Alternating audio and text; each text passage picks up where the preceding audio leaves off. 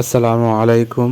দর্শক দেখছেন একজন ঈদযাত্রী তার গন্তব্য পরিবারের সাথে ঈদ করার জন্য বাড়িতে যাচ্ছে। হঠাৎ তার ব্যাগটি পড়ে গিয়েছে ঢাকা সদরঘাট। এখন ওই ভাইটি চেষ্টা করতেছে দড়ি বের করে ব্যাগটি উদ্ধার করার জন্য। দেখুন দড়িটি সে বের করলো এবং একটি বাঁধন বেঁধে সে নিচে ফেলে এলো। অবশ্যই সে কৌশলে চেষ্টা করতেছে ব্যাগটিকে উদ্ধার করার জন্য, উঠানোর জন্য।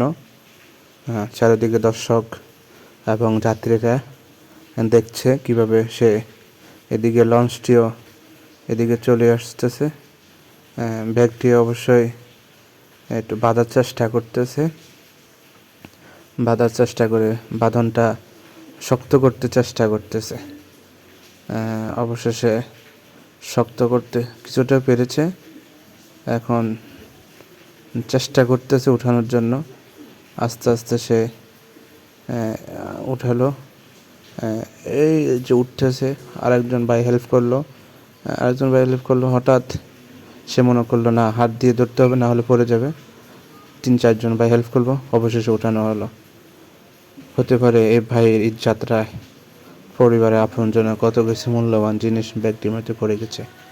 ভাই নিরাপদ সফর হোক, নিরাপদে সকলের ঈদ যাত্রা হোক, সেই কামনা করি। একটি দুর্ঘটনা সারা জীবনের কান্না, সারা জীবনের দুর্ঘটনা পরিবারের কান্না। অতএব সতর্ক সাথে। আসসালামু আলাইকুম।